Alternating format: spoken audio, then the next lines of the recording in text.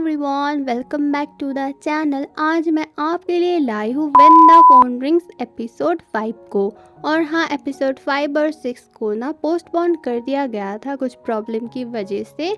फिर से वो एयर हो गई है और मैं कुछ दिन लेट आई हूँ क्योंकि मुझे थोड़ा सा काम था। तो इस वीडियो को शुरू करने से पहले ही मैं बोल देती हूँ, यहाँ पर कोई भी मैं सीरीज़ की फुटेजेस यूज़ नहीं करूँगी कॉपीराइट इशू की वजह से। अगर आपको चाहिए तो आप इसे स्टोरी बुक की तरह सुन सकते हो। मैं अच्छे से एक्सप्लेन करने की कोशिश करूँगी ताकि आपको समझने में कोई भी प्रॉब्लम ना हो।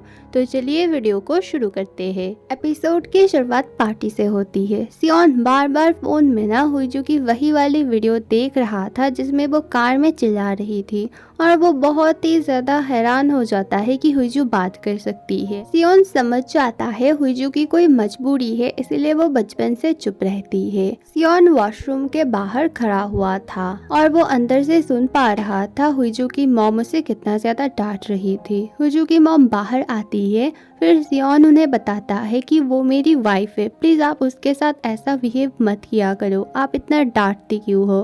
वैसे हुईजू कब से बात नहीं करती है। उसकी मॉम बोलती है 20 साल पहले एक एक्सीडेंट हुआ था और उस एक्सीडेंट में उसका भाई मारा गया था और उसकी सिस्टर ना बहरी हो गई थी, इसीलिए उसे बहुत बड़ा सदमा लगा था, तब से वो बात नहीं कर पाती है। सियोन बोलता है लेकिन ये एक्सीडेंट तो उसकी वजह से नहीं हुआ था, तो उसे क्यों सदमा लगा, आप लोगों में से किसी को सदमा क्यों नहीं लगा। हुईजू की मॉम चुप हो जाती है। सियोन को पता चल जाता है हो ना हो इनकी वजह से ही हुईजू चुप रहती है।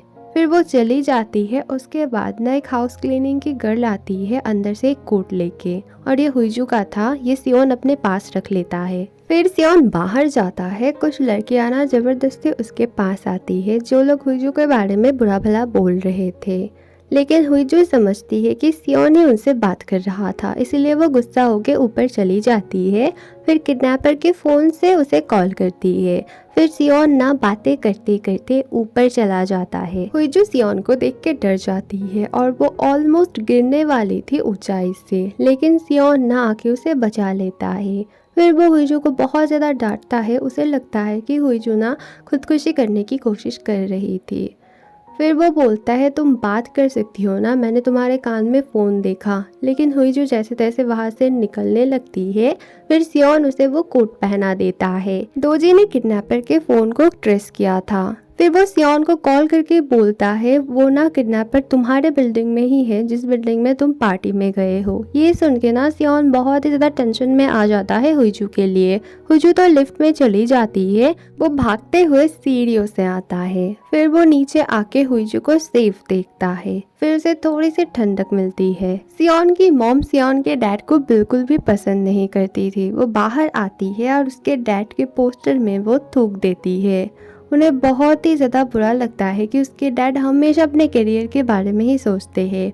और एक राज खुलता है, सियोन उनका ना अपना बेटा नहीं है। यहाँ पे ये अभी तक डिस्क्लोज नहीं हुआ है कि उनका असली बेटा कहाँ गया है और सियोन को उन्होंने क्यों अडॉप्ट किया था। सियोन और हुईजू घर आते हैं। सियोन हुईजू को बोलता है मुझे पता चल चुका है कि तुम बात कर सकती हो। फिर वो हुईजू का ड्रेस हटाता है और पैरों में एक चोट की तरफ देख के बोलता है ये बचपन का चोट है ना, इस टाइम पे एक बहुत ही खतरनाक डॉग ने तुम्हें बाइट करने की कोशिश की थी, फिर भी तुम नहीं चिल्लाई थी। हम दोनों एक दूसरे को 20 साल से जानते हैं, लेकिन मैं ये सुन के हैरान हो रहा हूँ कि तुम बात कर सकती हो और तुमने मुंह से एक बार आवाज तक नहीं किया। मुझे लगता था कि मैं तुम्हें दुनिया में सबसे ज्यादा जानता हूँ, लेकिन आज मैं गलत हूँ।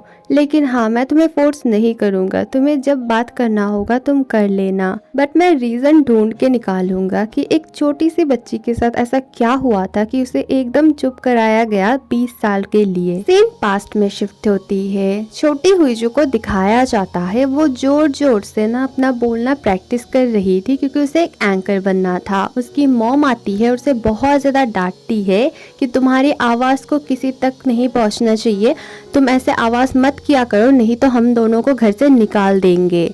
और ये सुन के ना हुईजू रोते हुए घर से बहुत दूर आ जाती है। एक सुनसान रास्ते में अचानक उसके सामने एक खतरनाक सा डॉग आता है। वो बहुत ही ज्यादा डर जाती है और गिर जाती है, उसे चोट भी लगती है। चिल्लाना तो दूर, वो बिल्कुल भी आवाज नहीं करती है। तब छोटा सियोन आता है और उसे बचाता है। फिर सियोन उसे डांटता है कि बोलता है तुम घर से इतनी दूर क्यों आई हो और तुम थोड़ा सा भी क्यों नहीं चिल्लाई। कोई ना कोई तो तुम्हारे हेल्प के लिए आता, आज अगर वो काट लेता तो क्या होता। फिर हुईजू बहुत रोने लगती है। फिर सियोन उसे अपने कंधे में उठा लेता है क्योंकि हुईजू के पैरों में चोट लगा था, वो चल नहीं पा रही थी। फिर वो अपने कंधे में लेके उसे घर तक छोड़ देता है। सियोन को रात को नींद नहीं आती है। वो हुईजू के कमरे के बाहर जाता है, बिना नॉक किए ही अंदर घुस जाता है। फिर वो हुईजू को बहुत ज्यादा डांटता है, बोलता है तब तो तुम छोटी थी ना, लेकिन अब तो तुम बड़ी हो गई हो। तब तुम्हें मजबूरी थी इसीलिए तुम चुप रहती थी, लेकिन अब तो मैं हूँ तुम्हारे साथ, तुम मेरी वाइफ हो, तुम क्यों चुप रहती हो, तुम्हें किसका डर है। वो जो फोन में टाइप करके उससे बात करती है, बोलती है सबके पास एक ना एक सीक्रेट होता है, मेरे पास भी है, शायद तुम्हारे पास भी है, क्या तुमने सब कुछ बोला है मुझे। सियोन बाहर आ जाता है। ऑफिस मीटिंग चल रही थी। मिस्टर कांग बहुत ही ज्यादा पका रहे थे सबको, इसीलिए सियोन उन्हें चुप करा देता है। वो वॉशरूम जाते हैं और अपने वाइफ को कॉल करके ना सियोन के बारे में बहुत ही ज्यादा बुरा भला बोलते हैं कि मेरा बॉस खड़ूस है, ये है वो है। फिर वो बाहर निकलते हैं और देखते हैं सियोन तो बाहर ही था, लेकिन सियोन उन पे गुस्सा नहीं था। वो बस पूछता है कि आप अपने वाइफ को सब कुछ बोलते हो, कोई भी सीक्रेट नहीं रखते हो। सियोन उनसे टिप्स लेने की कोशिश करता है ताकि वो भी अच्छे से हुईजू के साथ बिहेव करे। हुईजू को सियोन के ऑफिस में जॉब मिल जाती है। हुईजू बहुत ही ज्यादा खुश होती है। हुईजू को सियोन को थैंक्स बोलना था, इसीलिए वो उसे मैसेज भेजने की कोशिश करती है। हर बार कुछ ना कुछ टाइप करती है और उसे ना डिलीट कर देती है। गलती से वो सियोन को एक फ्लर्टी इमोजी भेज देती है। वो भी बहुत ज्यादा शर्मा जाती है और सियोन हैरान भी होता है और शर्मा भी जाता है। सियोन बहुत देर तक सोचता है, फिर उसे कांग्रेस करता है और फिर हुईजू से थैंक्स बोलती है। फिर वो बोलता है सिर्फ थैंक्स बोलने से काम नहीं चलेगा। हुईजू बोलती है ठीक है, मैं तुम्हें डिनर पे ले चलूंगी। जोंगू जब छोटा था तब ना नूरी ड्रीम सेंटर ऑर्फनेज से 3 बच्चे गायब हो गए थे और इनके बारे में इंफॉर्मेशन कलेक्ट करना ही यूरी और जोंगू का प्रोजेक्ट था और ये एक सीक्रेट प्रोजेक्ट था। तो जोंगो यूरी को लेके उसी घर में आया था जहाँ पर वो बचपन में खेला करता था। ये घर बहुत सालों से अबेंडेंट था। वो लोग अंदर जाते हैं। जोंगो यूरी को बताना शुरू करता है, एक रूम दिखा के, इसी रूम में मैं खेलने आया करता था, मैं ही पहला था जो इस घर में खेलने आया था, फिर मेरे पीछे पीछे दूसरे बच्चे भी इस घर में आया करते थे। यूरी पूछती है तुम्हें शक किस बात की है। वो बोलता है एक दिन मैं खेलने आया था तो मैंने देखा था इस घर का जो बेटा था जो मेरे साथ खेलता था वो एक बिल्ली को गोद में लिए हुए था। वो मुझे बोलता है चलो आज बिल्ली के साथ खेलेंगे। फिर ना वो बोलने लगता है आज हम इस बिल्ली को हम काटेंगे टुकड़ा टुकड़ा करके, उल्टा सीधा बोलना शुरू करता है। और ये देख के ना वो बहुत ही ज्यादा डर गया था और वहां से भाग गया था। फिर कभी भी इस घर में नहीं लौटा था। इसका मतलब जो बच्चा था जिसके साथ वो खेला करता था वो ना स्टेबल नहीं था, थोड़ा सा मेंटली इल था और जोंगू को शक है कि यहाँ से ही वो बच्चे गायब हुए होंगे। वो दोनों कार में जाने लगते हैं। यूरी जोंगू को बताती है कि तुम्हारे बारे में सियोन पूछ रहा था। ये सुन के उसे बहुत अजीब लगता है।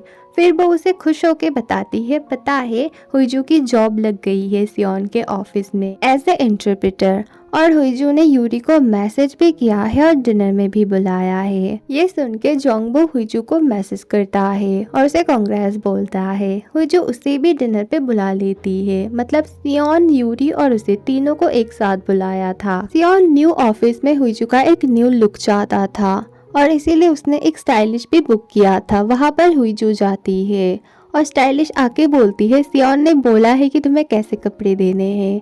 वो ड्रेस पहनने अंदर चली जाती है। तभी वहाँ पे इना आती है उसी स्टाइलिश के पास। वो भी एक ड्रेस चॉइस करके अंदर जाती है चेंज करने के लिए। हुईजू बाहर निकलती है, वो बहुत ही ज़्यादा अच्छी लग रही थी। सियोन भी वहाँ पे आता है। सियोन को उसका स्टाइल अच्छा लगता है, वो उसे कॉम्प्लीमेंट देता है। फिर वहाँ से ना वो दोनों चले जाते हैं। इना ड्रेस पहन के बाहर निकलती है। वो पीछे से सियोन और हुईजू को देखती है लेकिन समझ नहीं पाती है कि ये वही दोनों दोनों है। सियोन और हुईजू चल रहे थे। दूसरे एक शॉप में एक ड्रेस देखता है सियोन, उसे बहुत ज्यादा पसंद आता है। वो हुईजू को ट्राई करने के लिए सजेस्ट करता है, लेकिन हुईजू बोलती है ये सब मुझ पे नहीं जचता है। फिर वो ट्राई करती है और वो बहुत ही ज्यादा ब्यूटीफुल लग रही थी और सियोन ना उसे देखे जा रहा था। फिर वो ड्रेस भी उसे दिला देता है। इना दूर से सियोन और हुईजू को देख रही थी। क्योंकि हुईजू पैसा देने वाली थी, इसीलिए सियोन उसे एक सस्ते से रेस्टोरेंट में ले जाता है और बोलता है आज ना एक्सपेंसिव कुछ खाने का मन नहीं है। हुईजू बहुत ही ज़्यादा खुश होती है और शर्माती है। वो समझ जाती है सियोन उसके लिए ऐसा कर रहा है। लेकिन सियोन जब देखता है कि यूरी और जोंगवू भी आए हैं, वो बहुत ही ज़्यादा जेलस फील होता है। उसे लगा था कि हुईजू और वो ही आएगा। बात बात पे जोंगवू और सियोन लड़ने लगते हैं। यूरी और हुईजू जैसे तैसे करके उन दोनों को रोक रही थी। जोंगवू सियोन को बोलता है वो कभी भी एक इंटरप्रेटर नहीं बनना चाहती थी, वो एक अनाउंसर बनना चाहती थी। यूरी हंस के बोलती है लेकिन वो तो बात ही नहीं कर पाती है, वो कैसे बनती। फिर पास्ट का सीन दिखाया जाता है। कॉलेज के दिनों में हुईजू को एक अनाउंसर बनना था, इसलिए वो फॉर्म जमा करने जाती है ताकि वो कॉलेज का अनाउंसर बन जाए। और वहाँ पे वो ना हेडफोन्स देखती है, फिर वो गाना सुनने लगती है और डांस करने लगती है। और दूर ना जोंगवू सो रहा था, वो उठ जाता है और वो हुईजू को देखता है। फिर उन दोनों में बहुत अच्छी दोस्ती हो जाती है। वो दोनों हमेशा उस रूम में जाते और गाना वगैरह सुना करते थे। ये सुन के सियोन को बहुत गुस्सा आता है। यूरी तो उन दोनों को टीस करने लगती है, इसका मतलब तुम दोनों में कुछ था ना। हुईजू बोलती है नहीं, ऐसा कुछ भी नहीं था। और हाँ, मुझे बचपन में अनाउंसर बनना था, लेकिन अभी मुझे नहीं बनना है। मैं अपने जॉब से बहुत ज्यादा खुश हूँ। हुईजू को इना मैसेज करती है कि मैं कोरिया लौट आई हूँ, तुमसे मिलना है, बहुत दिन बाद मिलेंगे। सियोन दो छोटी बहनों को देखता है और उसे ना बचपन की बातें याद आती है। पास्ट में वो जाता था इना को पढ़ाने के लिए। हुईजू भी उन दोनों के पास बैठती थी क्योंकि इना को कुछ भी सुनाई नहीं देता था। उस टाइम में हुईजू को ना साइन लैंग्वेज नहीं आती थी और इना को भी नहीं आती थी, इसलिए सियोन जो कुछ भी बोलता था इना को वो लिख के बताती थी। इना को कुछ भी नहीं आता था, कुछ भी वो सॉल्व नहीं कर पाती थी, इसलिए सियोन को बहुत गुस्सा आता था। सियोन उसे उल्टा सीधा बोलता था, जैसे कि तुम्हारे सर पे पानी फेंक दूंगा, तुम्हें कुछ भी नहीं आता है, वगैरह वगैरह। लेकिन हुईजू ये सब नहीं लिखती थी, वो अच्छी अच्छी बातें लिखती थी कि प्लीज तुम फिर से सॉल्व करो, तुम बहुत अच्छी हो, तुमसे हो पाएगा, वगैरह वगैरह। कुछ देर तक ऐसा ही चलता था। फिर ना सियोन हुईजू को पकड़ लेता था और फिर उस पे गुस्सा करता था क्योंकि वो गलत बात लिख रही है। स्टोरी फिर से प्रेजेंट में शिफ्ट होती है। हुईजू बहुत दूर बैठी थी और बहुत दूर एक रोड में ना सियोन चल रहा था। हुईजू ना किडनैपर के फोन से उसे कॉल करती है, फिर बोलती है क्या तुम्हें पता है इना शायद लौट आई है, अगर इना आ जाएगी क्या हुईजू को तुम छोड़ दोगे। सियोन बोलता है नहीं, क्यों छोड़ूंगा। फिर हुईजू पूछती है क्यों, क्या तुम्हें सिंपैथी आती है उस पे। वो बोलता है नहीं। फिर सियोन पूछता है तुम्हें पता है ना कि हुईजू बात कर सकती है, क्या तुमने उसकी आवाज़ सुनी है। हुईजू कुछ भी नहीं बोलती है। फिर हुईजू बोलती है क्यों तुम हुईजू के साथ रहना चाहते हो। सियोन बोलता है क्योंकि मैं उससे, तभी ना एक ट्रक आने लगता है उसकी तरफ। तब ना हुईजू उसकी तरफ दौड़ के आती है और उसका नाम पुकारती है सियोन करके और उसे बचा लेती है। सियोन तो एकदम हैरान हो जाता है कि हुईजू की आवाज़ उसने पहली बार सुनी है। फिर वो हुईजू को बोलने लगता है बार बार क्या तुमने अभी मुझे बुलाया।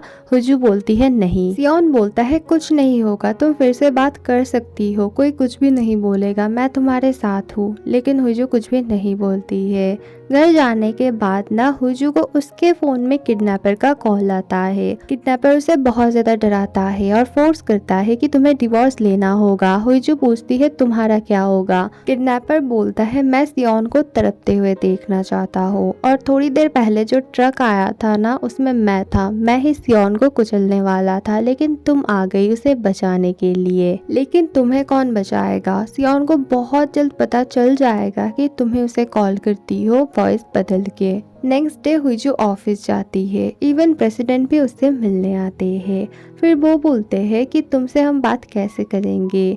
सियोन बोलता है हम सब लोग ना साइन लैंग्वेज सीख लेंगे, इससे आसानी होगा हुईजू को भी और हमें भी। हर वक्त वो ही क्यों हमारे लिए कुछ लिख के बताए, वो हमसे अलग नहीं है और आज से हम ना थोड़ा थोड़ा करके साइन लैंग्वेज सीखेंगे और मैं शुरुआत करूँगा।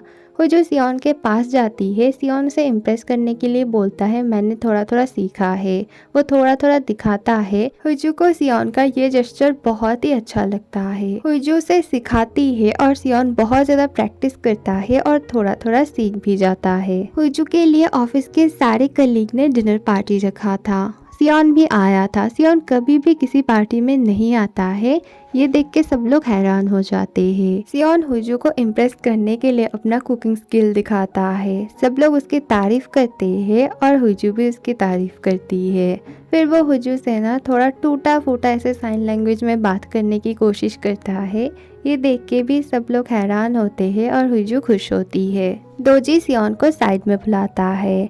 जो कॉल करता है उसका रियल वॉइस मिल चुका है। सियोन सुनता है और वो हैरान हो जाता है क्योंकि ये हुजू की आवाज है। फिर भी वो कंफर्म होने के लिए हुजू जो पुलिस कार में चिल्ला रही थी वो वाला फुटेज दोजी को देता है और इन दोनों वॉइस में सिमिलैरिटी ढूंढने के लिए बोलता है। दोजी पूछता है ये किसकी आवाज है। सियोन बोलता है मैं तुम्हें अभी नहीं बता सकता हूँ। सियोन को ये जान के बहुत ही ज्यादा बुरा लगता है। वो बहुत ज्यादा ड्रंक हो जाता है।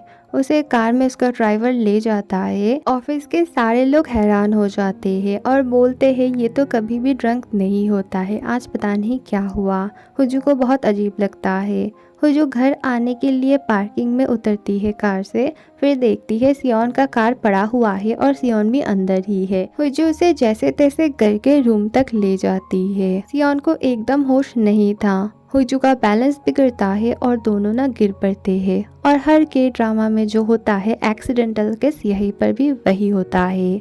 और दूसरी तरफ ना दोजी सियोन को मैसेज भेजता है कि दोनों ऑडियो में 98% सिमिलैरिटी है। इसका मतलब एक ही इंसान की वॉइस है।